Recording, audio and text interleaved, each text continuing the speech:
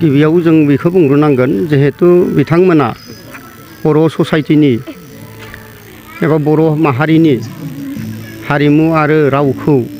जौगाहोनो थांनायाव बिथांमोना रमान हांखोनि हांगामायाव 1974 मायथाइयाव जिहेतु मुंख्लं जालांदों बिथांमोनखौ जोङो हारिनि जानानै अरायसम जारिमिनारि नेरसोन महरै जों सिबिनाय जायो बोसोरफ्रोमबो आरो इयुनाव जों फोरमायनो साननाय बेनोदि इयुन जोलैफोराबो जाहाथे बै सुबुंफोरखौ जाहाथे मिथिनानै थायो आरो मिथिथों बिनि जाहोनाव जोङो बिथांमोनखौ गोसो गोरबोजों फालियो आरो इयुन जोलैफोराबो जाहाथे मिथिथों बेखौ सानना जों फालिनाय जायो आरो जों मुंख्लं सानखौ देग्लायनि 2024 मायथाइनि मुंख्लं सान 28 सेप्तेम्बरखौ जों हास्थायपारा साबिलस्रि गुदि बर' थुनलाइ आफादनि सिङाव थानाय हास्थायपारा गुदि फरायसालियाव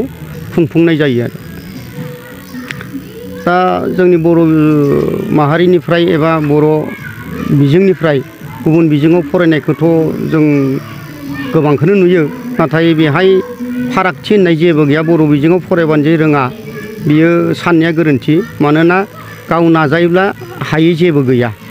ओंखायनो आं लुबैयो जे जोंनि बर' बिजोंखौ बिथांमोना सानसे समाव बुथारहैनो नाजागोन नामा बेखौसो जों साननो गोनां बाथ्रा फैयो ओंखायनो आङो खावलायो जे बर' बिजोंनि गेजेरजोंनो जाहाथे जोंनि हारिमु रावखौ लाखिनानै इयुन जोलैफोरनिसिम बा जुग जुग थांना थानो हानाय बायदि जाहाथे जोंनि रावाव आरो बर' बिजोङाव फरायनानै गावखौनो गाव रायजो राजानि सिगाङाव दिन्थिनो हायोब्ला इयुन जोलैफोराबो माने बेफोरबायदि फरायनाय एबा जोंनि रावाव फरायनाय हाबाफारिखौ बोगथाबमा महरै सोमजिहोनाय जागोन आरो दिनै